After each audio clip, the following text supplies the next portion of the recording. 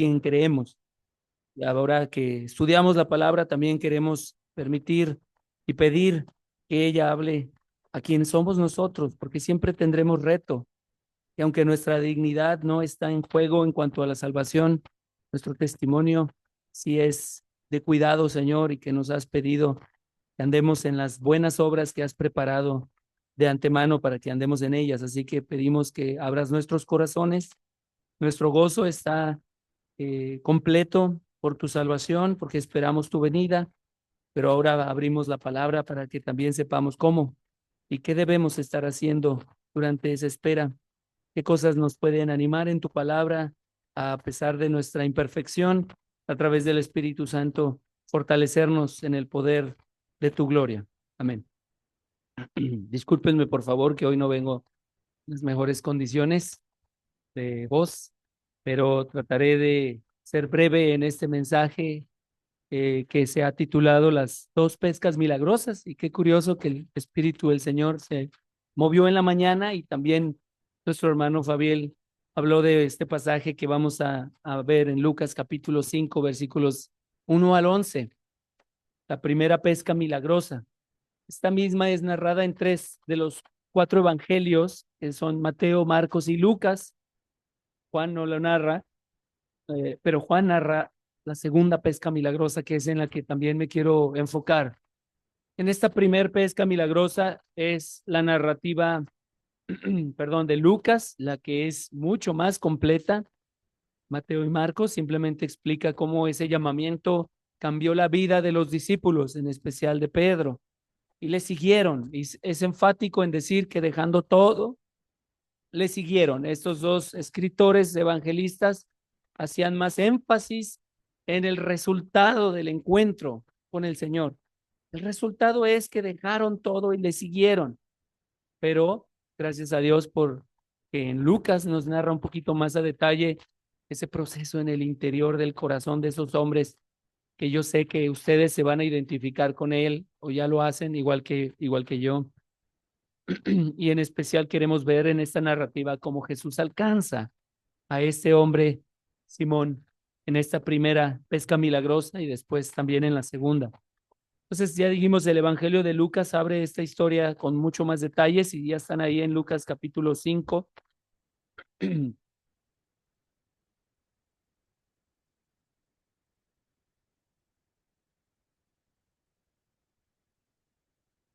Primeros 11 versículos de este capítulo son los que narran este pasaje. Como ya lo conocen, pues lo leemos y vamos a avanzar un poquito más rápido. Dice ahí, lo leemos juntos para los que no lo conocen. Dice que aconteció que estando Jesús junto al lago de Genezaret, que es otro nombre para el lago de Galilea, el gentío se agolpaba sobre él para oír la palabra de Dios. Bueno, tenían comezón de oír, ¿verdad? Como la misma escritura dice. Y vio dos barcas que estaban cerca de la orilla del lago, y los pescadores, habiendo descendido de ellas, lavaban sus redes. Y entrando en una de aquellas barcas, la cual era de Simón, Pedro, le rogó, aquí todavía no es Pedro, pero aquí sabemos que es él, le rogó que la apartase de tierra un poco, y sentándose enseñaba desde la barca a la multitud. Cuando terminó de hablar, dijo a Simón: ponga mar adentro y echad vuestras redes para pescar. Respondiendo Simón le dijo: Maestro, toda la noche hemos estado trabajando y nada hemos pescado, mas en tu palabra echaré la red. Y habiéndolo hecho, encerraron gran cantidad de peces y su red se rompía. Entonces hicieron señas a los compañeros que estaban en la otra barca para que viniesen a ayudarles, y vinieron y llenaron ambas barcas de tal manera que se hundían. Viendo esto, Simón Pedro cayó de rodillas ante Jesús, diciendo: apártate de mí, Señor, porque soy hombre pecador. Porque por la pesca que habían hecho, el temor se había apoderado de él y de todos los que estaban con él. Y asimismo de Jacobo y Juan, hijos de Zebedeo, que eran compañeros de Simón. Pero Jesús dijo a Simón: no temas, desde ahora serás pescador de hombres. Cuando trajeron a tierra las barcas, dejándole todo, le siguieron. Así que este evangelio de Lucas nos habla primeramente del fracaso de la persona, ¿sí? Los pescadores, al encontrarse en la mañana en la orilla lavando las redes, pues eso quiere decir, fracasamos, se acabó. No hay más que podamos nosotros hacer porque el tener que lavar las redes quiere decir que ya no las vamos a utilizar, ¿verdad? Y este milagro que vamos a ver a continuación, primeramente vemos que va precedido por la predicación. Recuerden, mis hermanos, que lo único que salva al hombre es la predicación de la palabra de Dios, no los sentimientos, no la música, no ninguna otra razón. Antes de que Jesús haga el milagro, primero imparte la palabra, lo que llega al corazón de los hombres y que los puede transformar para escuchar al Señor Jesucristo es la palabra de Dios. Nunca olvidemos eso. No, el Señor Jesucristo trata de atraerles a través del milagro primero, ¿sí? Pudo haber apelado primero incluso a la sensación de fracaso que tenían en ese momento los discípulos. Pudo haber usado muchas cosas el Señor Jesucristo, pero ¿qué usó? Usó su palabra y predica desde las barcas que se metieron un poquito ahí en el mar. Y Simón, mientras está lavando su barca y mientras está dándose cuenta que fracasó en su esfuerzo de esa noche, está escuchando. Dice la escritura que la fe viene por oír la palabra de Dios. No va a ser otra cosa lo que traiga realmente la convicción de pecado y de necesidad de un Salvador, sino solo la palabra de Dios. Y por eso dicen los discípulos y decimos nosotros, esta es la palabra de fe que predicamos, ¿sí? Y que no debemos de dejar de predicar. Puede ser tentador buscar formas alternas de que las personas lleguen a Cristo, pero son infructuosas. La escritura es clara en animarnos que nos apeguemos a la palabra. Así que lo principalmente que vemos en esta historia es que son las enseñanzas de Jesús lo que da pie a todo lo demás, ¿sí? Es la palabra que el Señor Jesucristo da lo que permite que llegue la fe a Pedro. No es un milagro, no es el milagro lo que trae a Pedro a convicción. Pedro identifica en sus palabras al decir, apártate de mí que soy pecador. La predicación del Señor Jesucristo es lo que hizo en el corazón de Pedro entenderse pecador, no el milagro. El milagro es bueno, pero no es lo principal. Entonces nosotros a veces sentimos que si nosotros vemos prosperidad en nuestras condiciones, eso quiere decir que Dios está a favor nuestro y eso no es verdad, ¿no? Sino que si nosotros tenemos siempre en nuestro corazón ese, ese amor por el Señor y ese reconocimiento de cuál es mi condición, eso es lo que genuinamente es una respuesta de fe. Bueno, pues ya hemos hablado de eso, ¿verdad? Pero la respuesta de obediencia por fe es la que da pie al milagro. Ahora, después de que hay predicación, dice el Señor Jesucristo, vayan mar adentro, ya lo explicó muy bien mi querido hermano en la mañana. La petición es una petición lógica, ¿sí? Porque si toda la noche estos experimentados pescadores no lograron nada, pues cuánto menos lo van a lograr en el día. ¿Por qué? Porque ellos saben, expertos que son, que los peces buscan agua fresca en la noche y suben a la superficie. Es más fácil atraparlos, mejor dicho, es la posibilidad que tienen atraparlos en la noche. Ellos pescan en la noche, no solo porque obviamente las condiciones son mejores, ¿verdad?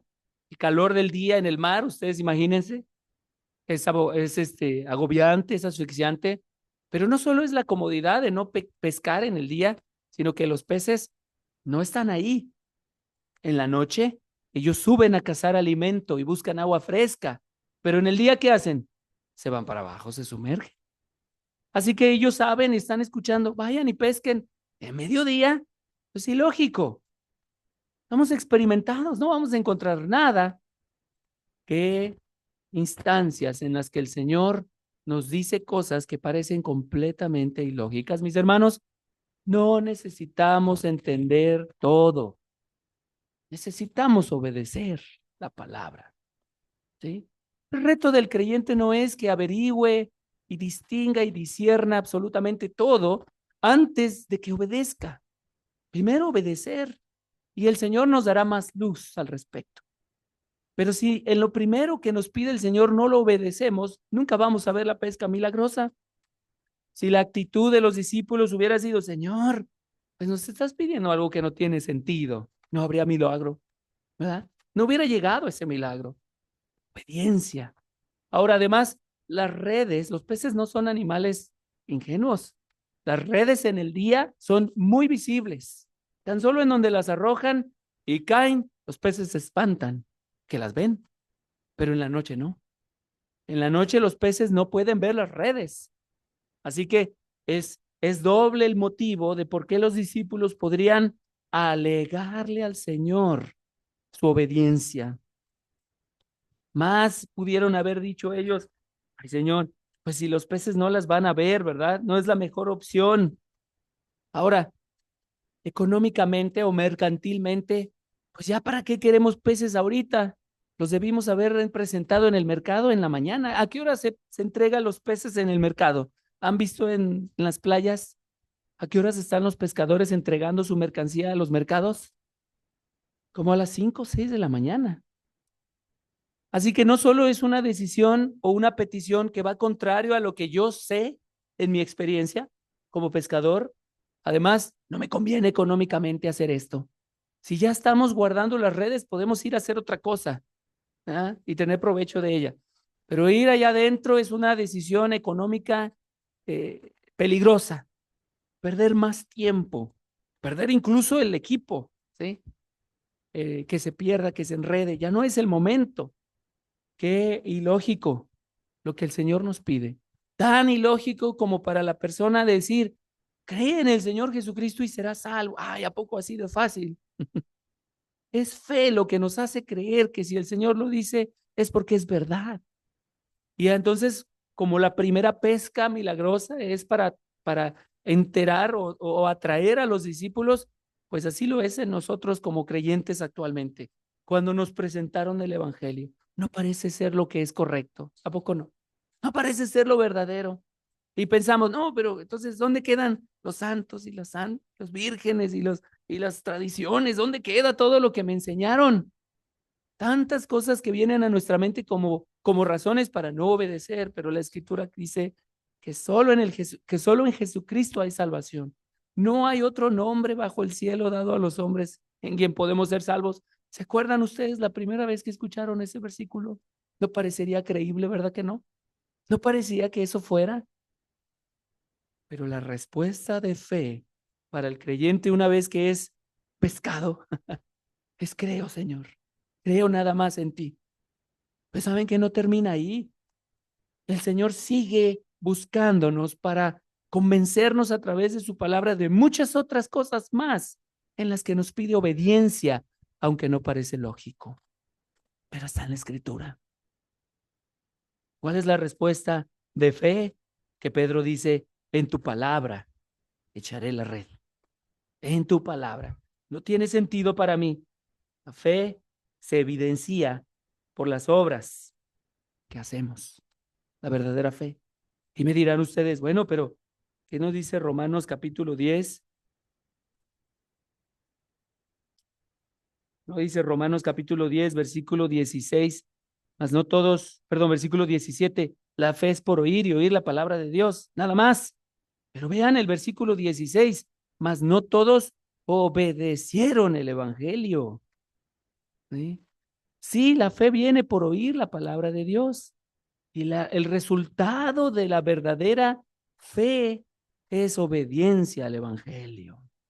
Si no hay obediencia, no hay fe verdadera. Tenemos que nosotros como creyentes sostener y reafirmarnos en la escritura que podemos nosotros tener palabras, pero las palabras sin las acciones, diría Santiago, es una fe muerta en sí misma. Qué triste será el momento en donde millones y millones y millones de personas se paren frente a ese juez justo y ese juez justo les diga, nunca les conocí, nunca, pero en tu nombre hicimos milagros. Apártense de mí. Qué importante es, mis hermanos, que estemos afirmados en que la fe produce obediencia y que la verdadera fe lleva al verdadero creyente a hacerse un discípulo que sigue al Señor todos los días de su vida, cada momento de su vida. Es un deseo de agradar a su Señor en todo. Dice Colosenses capítulo 1, versículo 10.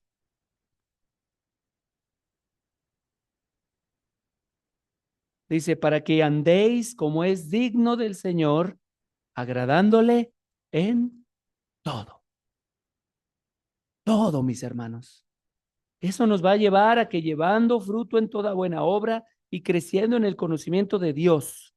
Eso nos da fortaleza. Ahí lo dice el siguiente versículo. ¿Sí? Agradar en el Señor a todo. ¿Y saben cuál es el problema, mis queridos hermanos?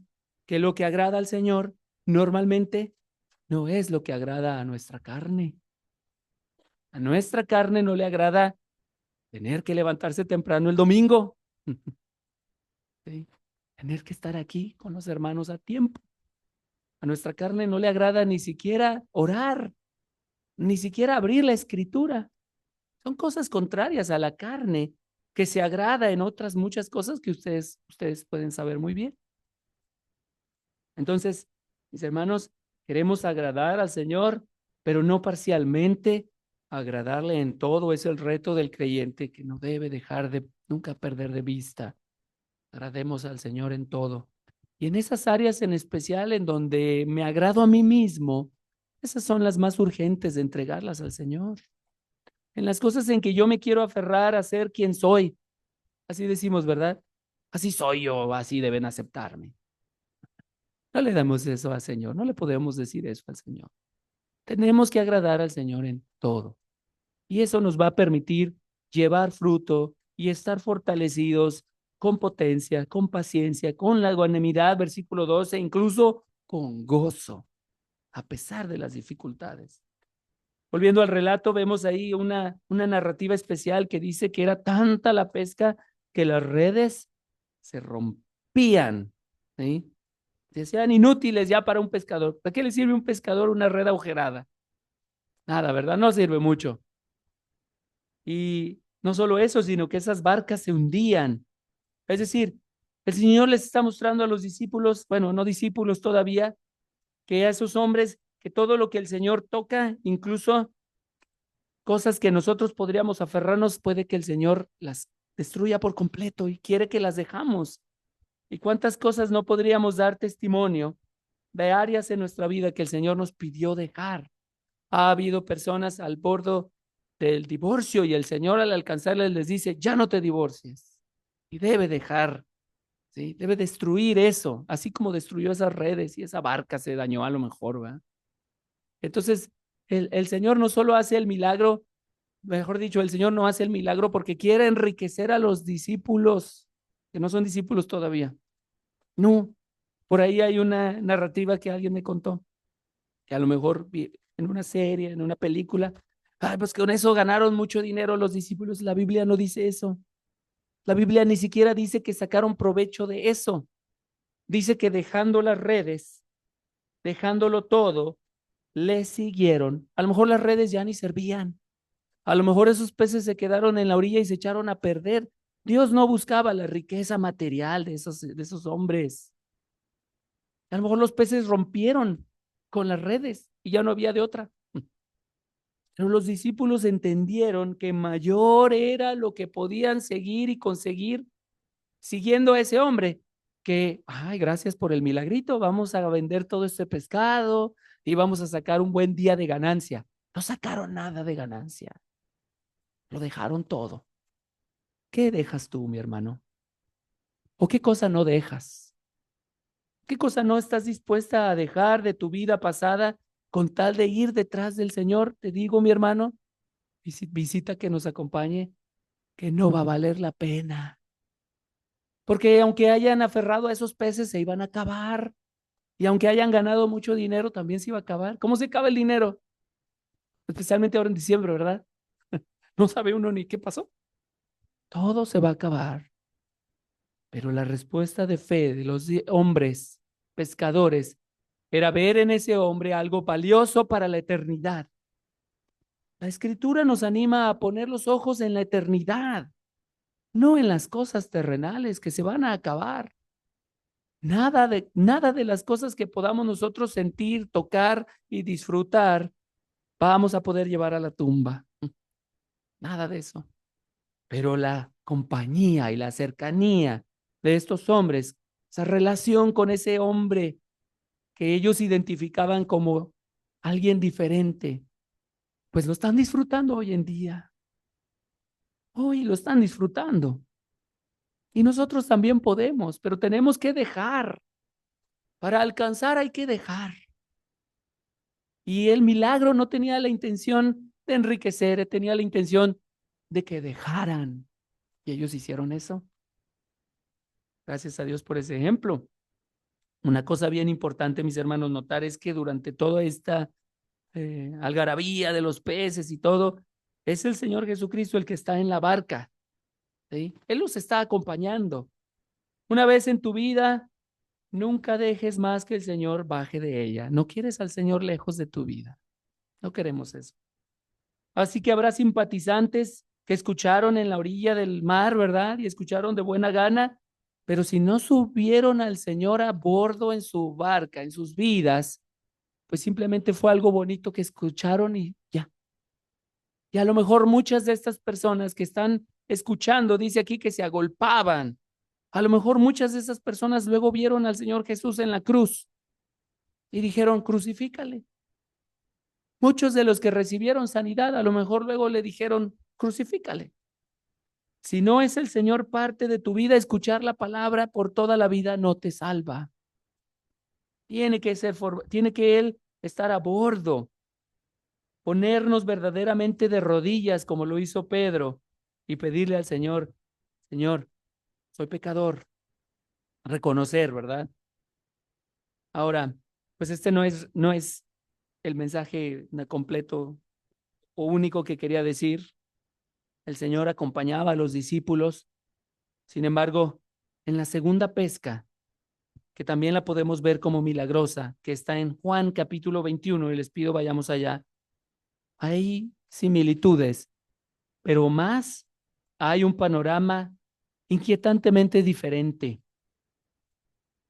Hay profundas diferencias entre la primera pesca milagrosa y la segunda pesca milagrosa. En la primera pesca milagrosa, que la podemos decir es de llamamiento de esos hombres, en la segunda pesca milagrosa entendemos algo muy diferente.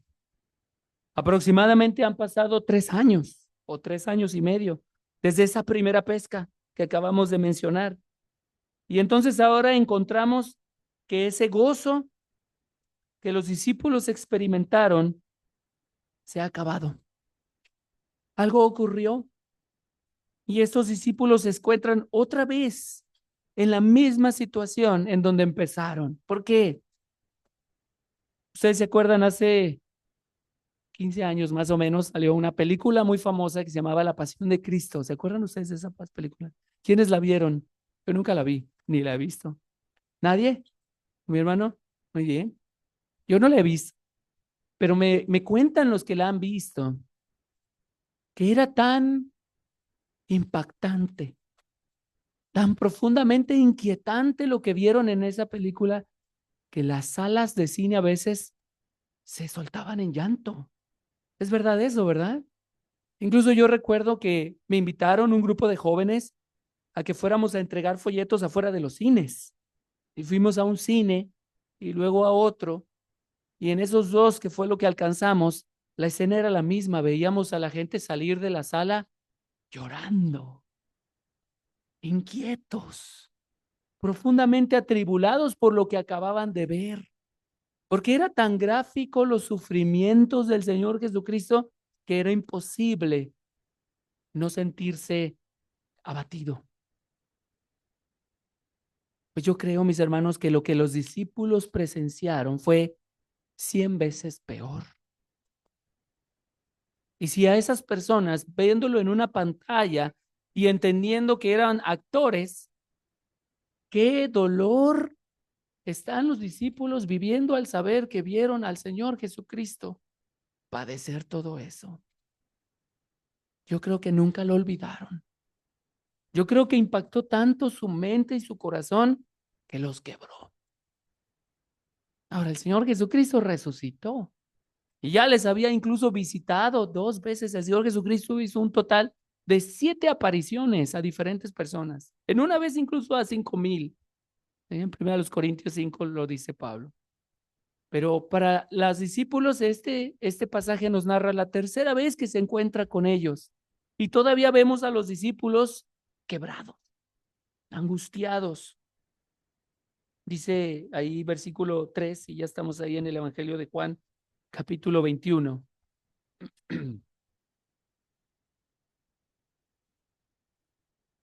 Dice, después de esto Jesús se manifestó otra vez a sus discípulos, otra vez, porque ya lo había hecho 2 veces más, junto al mar de Tiberias, y se manifestó de la siguiente manera. Estaban juntos Simón Pedro, Tomás, llamado el Dídimo, Natanael, el de Caná de Galilea, los hijos de Zebedeo, creo que lo tengo aquí, no. Los hijos de Zebedeo y otros 2 de sus discípulos.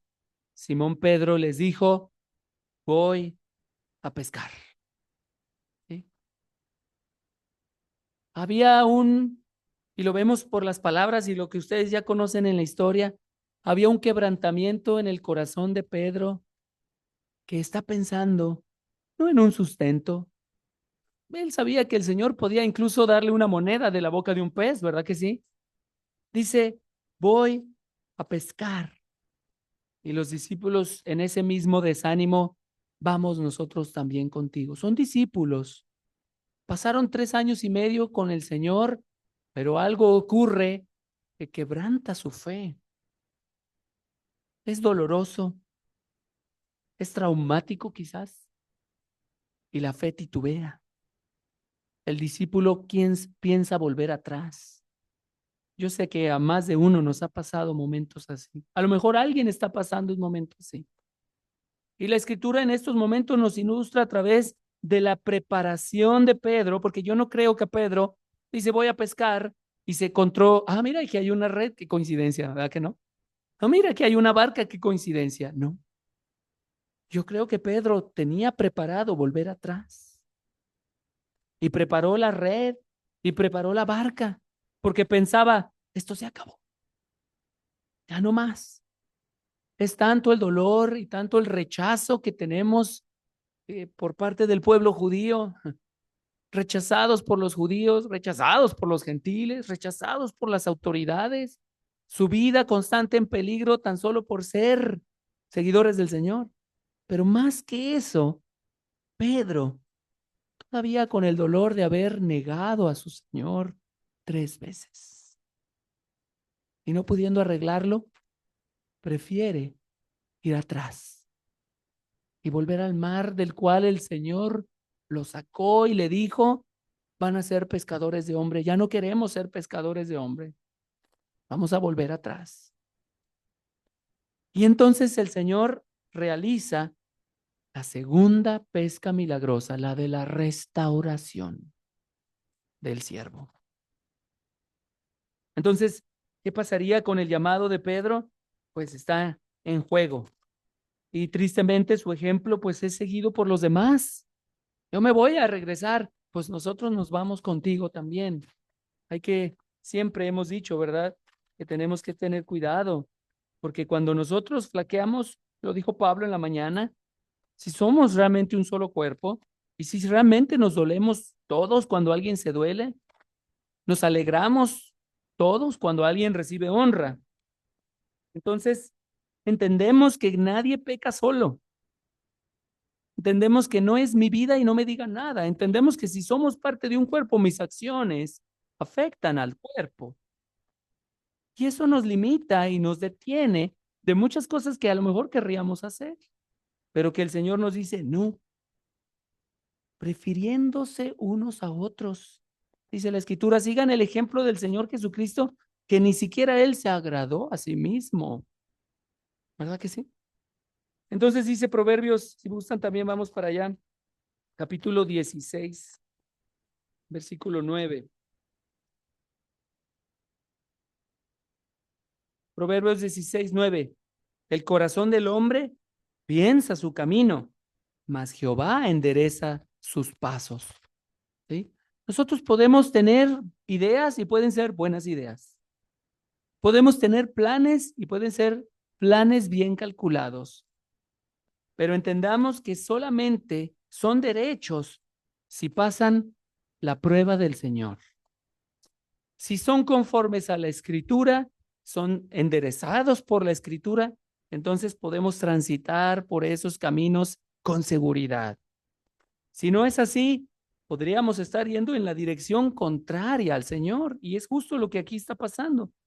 Porque el Señor tiene una misión para estos hombres, pero estos hombres ya tienen un camino pensado para ellos mismos. El momento de enfrentamiento es cuando el Señor se aparece a ellos y les dice en versículo 5, eh, dice, bueno, perdón, voy a regresarme al 3, vamos nosotros contigo, fueron y entraron en la barca y aquella noche, qué coincidencia, no pescaron nada, no les sirvió su esfuerzo, ni su pericia, ni su experiencia. El Señor no iba a prosperar. Cuando ya iba amaneciendo, se presentó Jesús en la playa, mas los discípulos no sabían que era Jesús. Y les dijo, hijitos, ¿tenéis algo de comer? ¿Tenéis algo de comer? Qué vergüenza para un pescador experimentado tener que admitir por segunda vez, no, no he logrado nada. En la primera ocasión no tenían nada pescado y ese fracaso les hizo darse cuenta de su necesidad espiritual para reconciliarse con el Señor, para ser sus discípulos, pero ahora nuevamente sucede lo mismo. Y yo creo que nosotros podemos identificarnos con ellos al decir que cuando hemos sido obstinados en seguir nuestros propios caminos, el final es no tenemos nada. Piensen ustedes, mis hermanos, a la vez que yo mismo lo hice al preparar esto y lo hago ahorita. ¿En qué cosas nos hemos nosotros trazado nuestro propio esfuerzo y camino y que al día de hoy podríamos decir, no logré nada, no ha servido? No es coincidencia. El Señor no va a llenar las redes de la desobediencia. El Señor no va a prosperar el abandono. Ahora, eso no se refiere a los bienes materiales. Puede haber prosperidad material y el Señor no está detrás de eso. Pero en nuestro espíritu sentimos vaciedad. Si alguna vez dijimos ser discípulos del Señor y entonces damos la vuelta atrás, lo único que nos espera son redes vacías. ¿Tienen algo de comer? El Señor les había dicho, el que come mi carne y bebe mi sangre, come verdadera comida y bebe verdadera bebida. Esa es la que importa. La otra, pues sabemos, nos va a volver a dar hambre y nos va a volver a dar sed. La verdadera comida, la verdadera bebida, mi hermano, si no la sientes en tu interior, en tu saciedad, habiéndote llamado discípulo, es porque el Señor te lleva a ese punto para que reconozcas que separados de Él, nada puedes hacer. No te aferres, no te excuses, no busques culpables. Busca en el Señor el entendimiento para saber qué camino hay que dejar, en qué dirección me estoy llevando que es contraria a ti, Señor. La tentación de volver atrás. Isaías 43, 18 y 19. No os acordéis de las cosas pasadas ni traigáis a memoria las cosas antiguas. He aquí yo hago cosa nueva. Pronto saldrá a la luz. No la conoceréis. O casi, casi diciendo, se lo van a perder. Otra vez abriré camino en el desierto y ríos en la soledad. Esto es en el libro de Isaías que se leía en la mañana. La nueva vida del creyente le hace encontrar en el Señor vida cuando parece que no debería haber ninguna, ¿verdad? Pero ante la tentación de volver atrás, las redes vacías es lo que nos muestra si hemos dejado o no al Señor. Me refiero a lo espiritual, ¿verdad? En el corazón. Podemos triunfar en muchas cosas terrenales y podríamos lograr mucho en el mundo, pero si realmente creemos que lo espiritual es lo importante, recordaremos Jeremías capítulo 2, donde dice, dos males ha hecho mi pueblo, me dejaron a mí, fuente de agua viva, y caparon para sí cisternas, cisternas rotas que no retienen agua. En el grupo devocional hemos estudiado varios ejemplos de hombres que han cambiado la verdad de Dios, que teniendo la posibilidad de entender sus condiciones como secundarias en relación a una relación con Dios, lo cambian por algo y entonces viene la destrucción. Pienso en Saúl, pienso en Salomón, en Sansón, Judas, obviamente, ¿verdad? En donde todo lo que consiguieron en abandono al Señor no les sirvió de nada. Y dice en el relato aquí, Él les dijo, echad la red a la derecha de la barca y hallaréis. ¿Sí? Entonces la echaron y ya no la podían sacar por la gran cantidad de peces. Entonces aquel discípulo a quien Jesús amaba dijo a Pedro, es el Señor. Simón Pedro, cuando oyó que era el Señor, se ciñó la ropa porque se había despojado de ella y se echó al mar. Y los otros discípulos vinieron con la barca arrastrando la red de peces, pues no distaban de tierra, sino como 200 codos, es decir, unos 100 metros. ¿Sí? Qué interesante es esta narrativa de cómo Pedro brinca al agua, tan pronto se da cuenta y le dicen, es el Señor. ¿Sí? ¿Qué será? ¿Que quiso caminar en el agua quizá? ¿Quiso llegar más rápido que los demás al Señor? Este es un buen ejemplo de Pedro, que busca correr a los brazos de su Señor. ¿Sí? Y ese es el ejemplo de Pedro que podemos imitar en este momento. Quizás él sabe, pues ya el Señor se ha parecido a nosotros. Estábamos 10 y luego estuvimos 11 y vimos sus heridas, pero ahora yo sé que yo debo arreglar cuentas con Él y corre a hacer eso. Pero no pudo, ¿verdad? Porque tenía que nadar.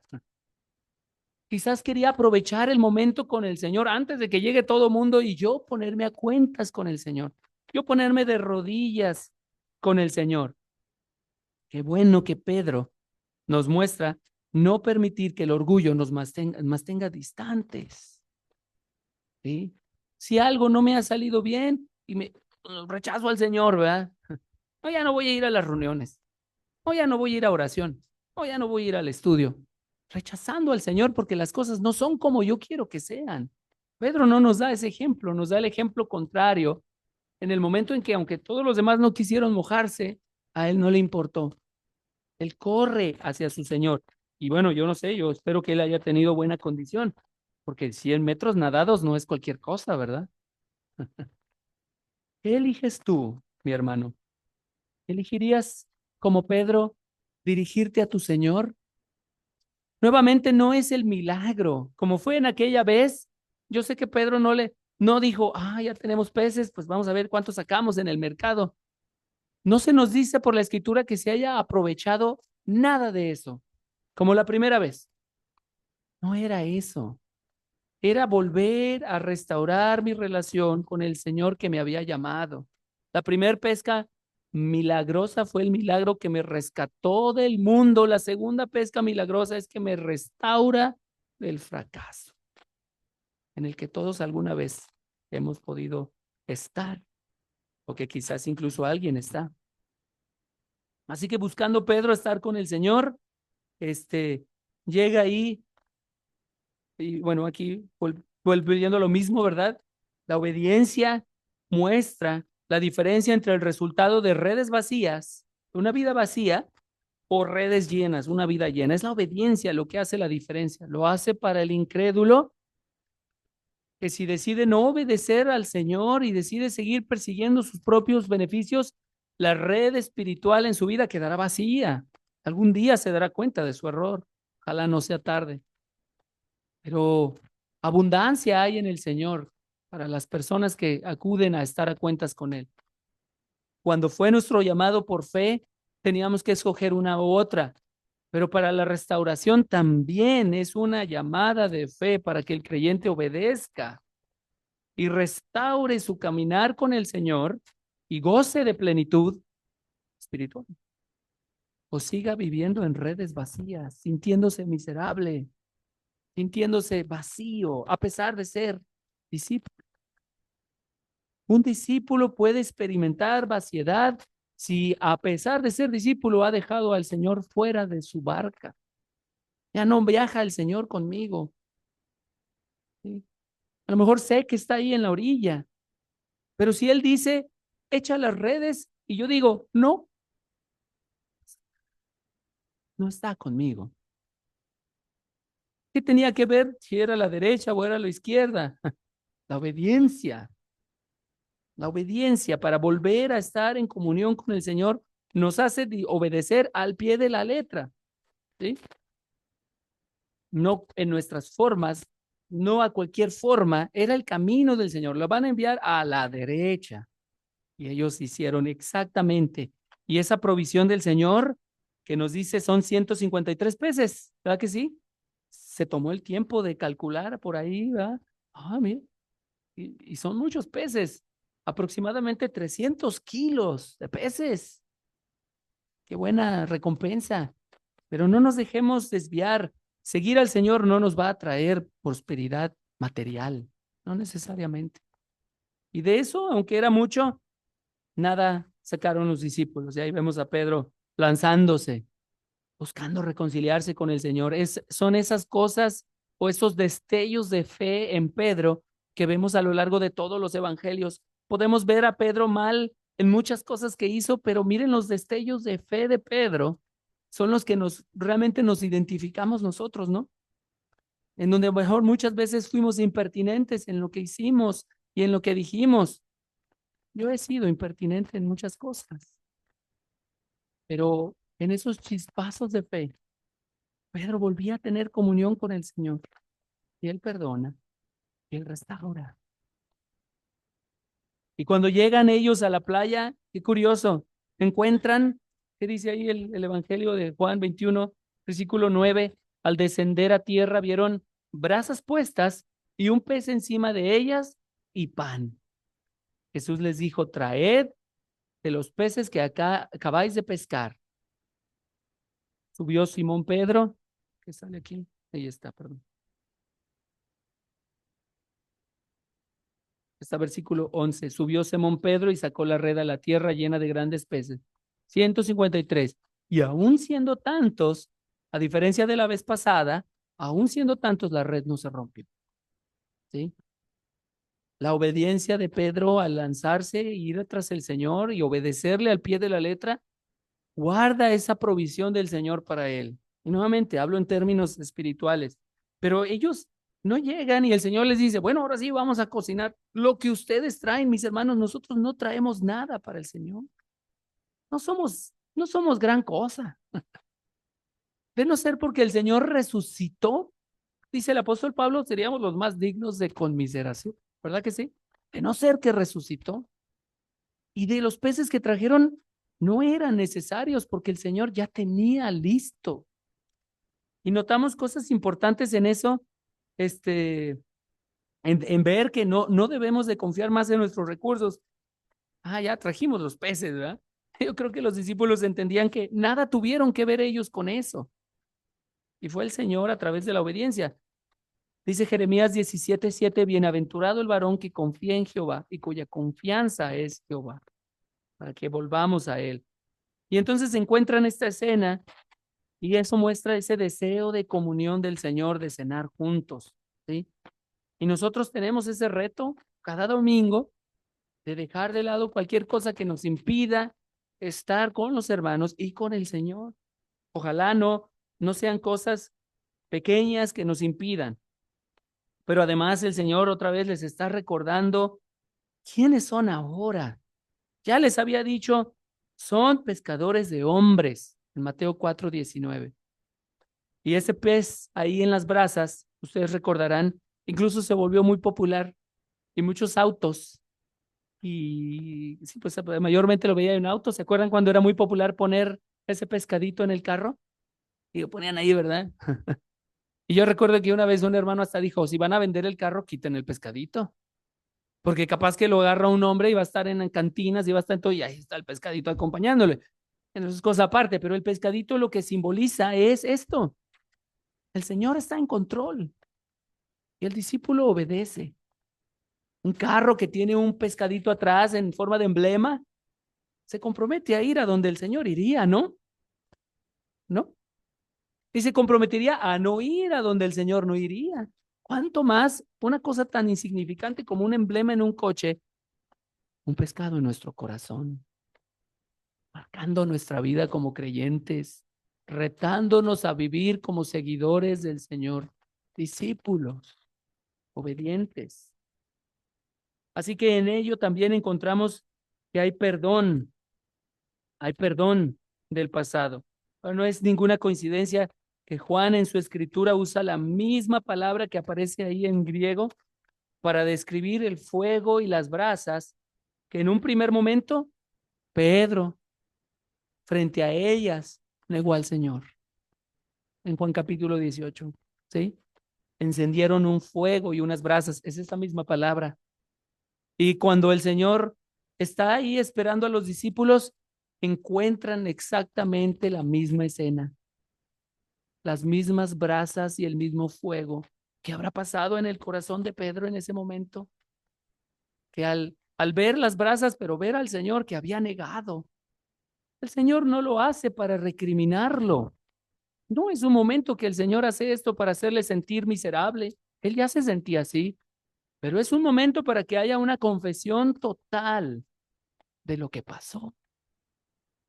3 veces le negué y el Señor le va a preguntar 3 veces, ¿me amas? Le da la misma oportunidad de restauración que las veces que lo negó.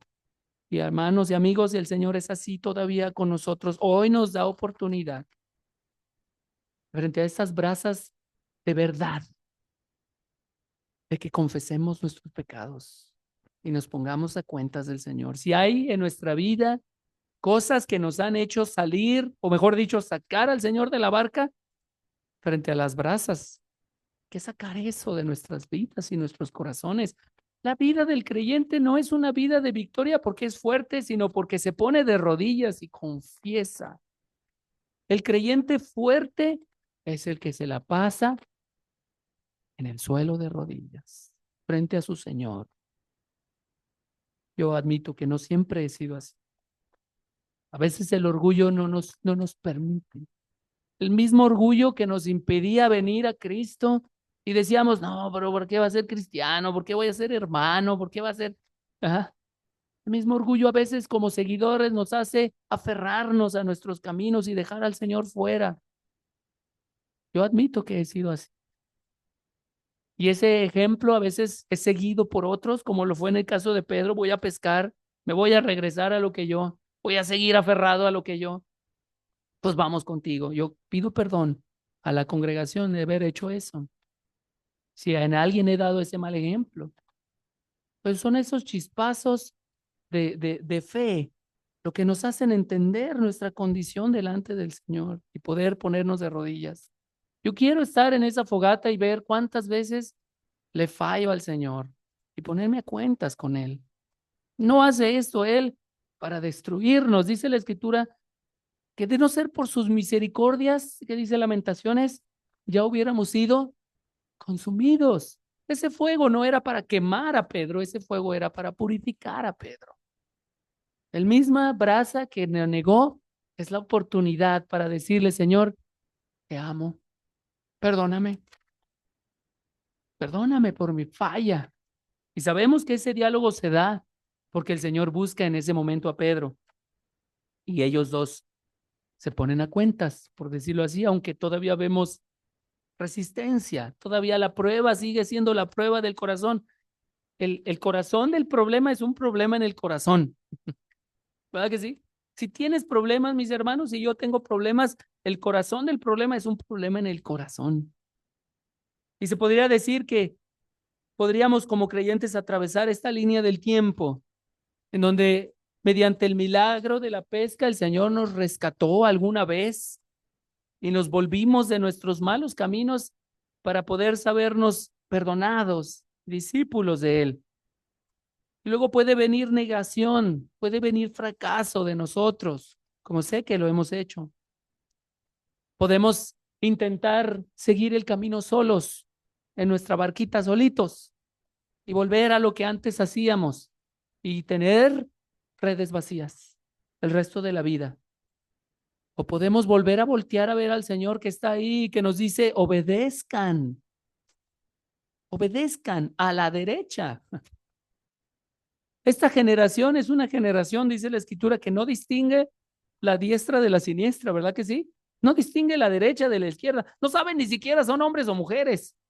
Pero el creyente sabe que si el Señor dice derecha, es derecha. Eso es lo que salva al hombre, la fe, la obediencia. Eso es lo que restaura al caído, la fe, la obediencia. Y si hacemos así, pues en esa purificación de pecados el Señor nos perdona. Yo sé que el Señor había perdonado a Pedro. Yo sé que el Señor amaba a Pedro, igual que a nosotros, a pesar de, a pesar de tantas cosas. Pero sigue siendo el mismo camino que el discípulo tiene que atravesar del fracaso a la restauración. No debe quedarse postrado.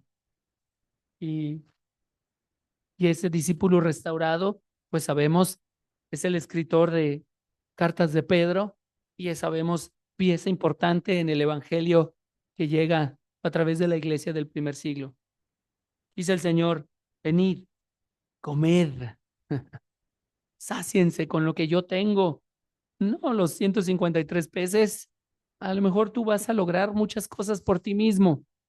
Cuando las comas te vas a dar cuenta que nos satisfacen, ¿verdad? Lo vemos en nuestro mundo alrededor, en los hombres de negocios que persiguen. Yo tengo muchos directores que llegan a director o ahora quieren ser supervisor, llegan a supervisor, ahora quieren ser jefe, ahora quieren a jefe, ahora quieren ser su jefe. Nunca, nunca hay fin. Nunca lo van a alcanzar. Ellos piensan que es porque son emprendedores o porque son líderes. No, es porque están vacíos. El hombre que le preguntaron, millonario ya o billonario, ¿cuánto dinero hace falta? Solo un poco más. Y los vemos ahí compitiendo, ¿verdad? Por ser el hombre más rico. No es porque sean inteligentes, no es porque sean hombres valerosos, valiosos, no, es porque están vacíos y siempre están persiguiendo algo que tiene la forma del Señor Jesucristo, no lo van a llenar con otra cosa. Así que les dice que además de a pesar del temor, ninguno de los discípulos se atrevía a preguntarle, ¿tú quién eres? Pues sabían que era el Señor. Mi hermano, tus circunstancias. No te preguntes, ¿y tú quién eres? Si tú dijiste ser cristiano y estás padeciendo y estás sufriendo, ¿tú quién eres? Es el Señor. Toma diferentes formas. Dicen los comentaristas y estudiosos que el Señor a lo mejor se presentaba en una diferente forma. ¿Verdad que sí? Y por eso cuando mostró los clavos fue lo que lo entendieron los clavos. Pero aquellos dos hombres que iban a Emaús no le distinguieron. ¿Por qué no le distinguían? Las mujeres cuando lo vieron pensaron que era el hortelano. ¿Por qué? Porque la apariencia física del Señor probablemente cambiaba. ¿Sí? Y nuestras circunstancias pueden ser diferentes, pero debemos de entender que cuando dijimos ser de Él, de ahí en adelante es el Señor el que está en todo eso. No, no podían ellos distinguir otra cosa. Tenían miedo, pero saben que es el Señor. Y si tú tienes miedo en tus circunstancias, debes de saber que es el Señor el que está ahí y eres discípulo. Tomó pan y les dio, y asimismo el pescado. Esta era la tercera vez que Jesús se manifestaba a sus discípulos después de haber resucitado de los muertos. Un total de 7 veces que se manifestó. Se está acabando la voz y la alarma ya sonó, así que vamos a terminar. El Señor sabe, mis hermanos, la lucha constante en nuestro corazón. Esa lucha constante se ve en lo disparejo de la conversación entre Pedro y el Señor. En sus Biblias no lo pueden distinguir, porque el Señor le dice, Pedro, ¿me amas? Pedro, ¿me amas? Pedro, ¿me amas? Y en nuestras escrituras dice, sí, Señor, tú sabes que te amo, tú sabes que te amo. Pero en el texto original, vean la disparidad de los términos. El Señor Jesús le dice, Pedro, ¿tú me amas, agapeo? Y Pedro le dice, Señor, sabes que yo te tengo afecto. Y leo, te tengo afecto. Y le vuelve a preguntar la segunda vez, Señor, eso es versículo 15, 16 y 17 de este capítulo. Yo no lo voy a abordar ya, pero ustedes lo pueden leer en casa. Versículo 16, ¿me amas? En las conferencias habló el conferencista de agapeo, ¿verdad? Los tipos de amor.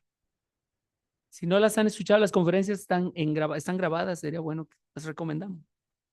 ¿Me amas? Y otra vez Pedro dice, Señor, te tengo afecto. La lucha sigue en el corazón. Y entonces Jesús le termina diciendo, Pedro, ¿me tienes afecto? Sí, Señor, te tengo afecto. Todavía hay obra que hacer. Todavía Pedro está en las manos del Señor para que ponga su corazón. Sabemos que el Pedro, claro que llegó a amar al Señor, que murió por él. ¿Verdad que sí? Murió por él. Pero en este momento, el discípulo que es restaurado todavía se debate entre si ama al Señor o solo se trata de algo un poquito menos arraigado, un poquito algo menos fortalecido. Ese es el momento que está viviendo Pedro. Por eso pensó volver atrás. Y yo te animo, mi hermano, a la vez que es ánimo para mí. Nosotros no queremos solamente tener afecto por el Señor, porque si solamente tenemos fileo por el Señor, va a venir el fuego de prueba y vamos a dejar. El reto es que ese afecto se convierta en amor. ¿Y cómo puede ser esto? La escritura, la oración, la constancia, la confesión de pecados y el abandono. Eso va a trabajar en nuestra vida, que ese afecto que a lo mejor no podría soportar el dolor, se convierta en un amor que puede soportar. Oh, y eso queremos todos nosotros, yo estoy seguro que sí. Así que Pedro mismo describe y dice después en su primera carta, no se sorprendan del fuego de prueba. ¿No lo dice así mismo Pedro? No se sorprendan del fuego de prueba que va a venir. Primera de Pedro 4, perdón. Que os ha sobrevenido como si alguna cosa extraña. No es extraño esto, pero gozaos por cuanto sois participantes de los padecimientos de Cristo.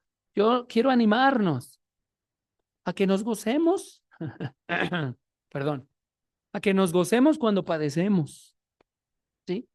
No somos, no estamos quizás en el momento en que sentimos en nuestras circunstancias, la bendición completa del Señor. Pero recuerden, la bendición no es la circunstancia, la bendición viene del corazón hacia afuera. La condición de los discípulos eran redes vacías, pero fue la condición del corazón la que dio pie a que mejoraran sus circunstancias. Y luego eso de todas maneras no tenía mucha importancia. Les digo, no se aprovechó nada de toda esa pesca milagrosa. Entonces, cuando nosotros pensamos que las circunstancias a nuestro alrededor tienen que cambiar para que nosotros tengamos ese gozo, estamos equivocados. Lo que tiene que cambiar es que ese fuego de prueba trabaje en nosotros el amor que tenemos por el Señor, para que fortalecidos con el Señor y en el poder de su gracia, podamos fortalecer y consolar a los demás. Y entonces habrá gozo a pesar de las circunstancias. Conclusión, ¿en qué etapa te encuentras tú? En lo individual. Aquí hay jóvenes, niños, adultos, algunos que ya estamos más acabadillos. Y la barca puede ser diferente, las circunstancias pueden ser diferentes.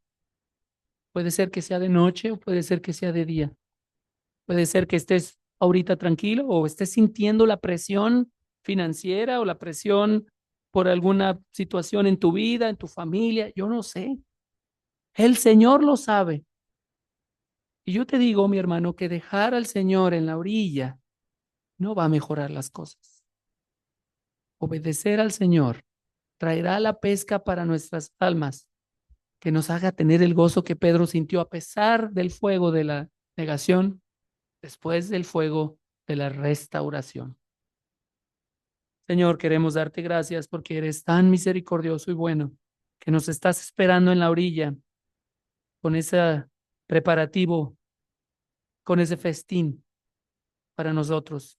Sabes que nuestra vida aquí en la tierra puede ser a veces dura y tormentosa, pero tú nos has pedido que veamos que tú estás preparando un hogar celestial para los discípulos, para los seguidores, en donde allá no habrá llanto y no habrá más tristeza. Y señores, hacia allá, hacia donde queremos dirigirnos. Pero tú que conoces nuestras condiciones presentes, pedimos, Señor, que sean esas mismas condiciones las que nos hagan ver nuestra necesidad de ti. No más excusas alrededor, no buscar más culpables en circunstancias y personas. Sabemos que si tú estás en la barca con nosotros, puede haber tormentas y se calman al pie de tu palabra. Así que, Señor, si somos discípulos que hemos permitido en nuestra vida ese volver atrás, Señor, con ese amor que te caracteriza, pedimos que nos vuelvas a traer, que nos traigas a ti, nos atraigas otra vez. No queremos quedarnos en un afecto superficial, queremos ser amadores de ti más que de los deleites del mundo, como lo fue Moisés, como lo fueron todos estos hombres que decidieron renunciar y seguir en pos de ti. Así que te pedimos, Señor, que en esa misericordia, si nos das una tarde más de vida, un día más de vida o años de vida, que sean para que seamos discípulos contigo en la barca, cumpliendo tu obra, haciendo tu voluntad y agradándote en todo. Amén.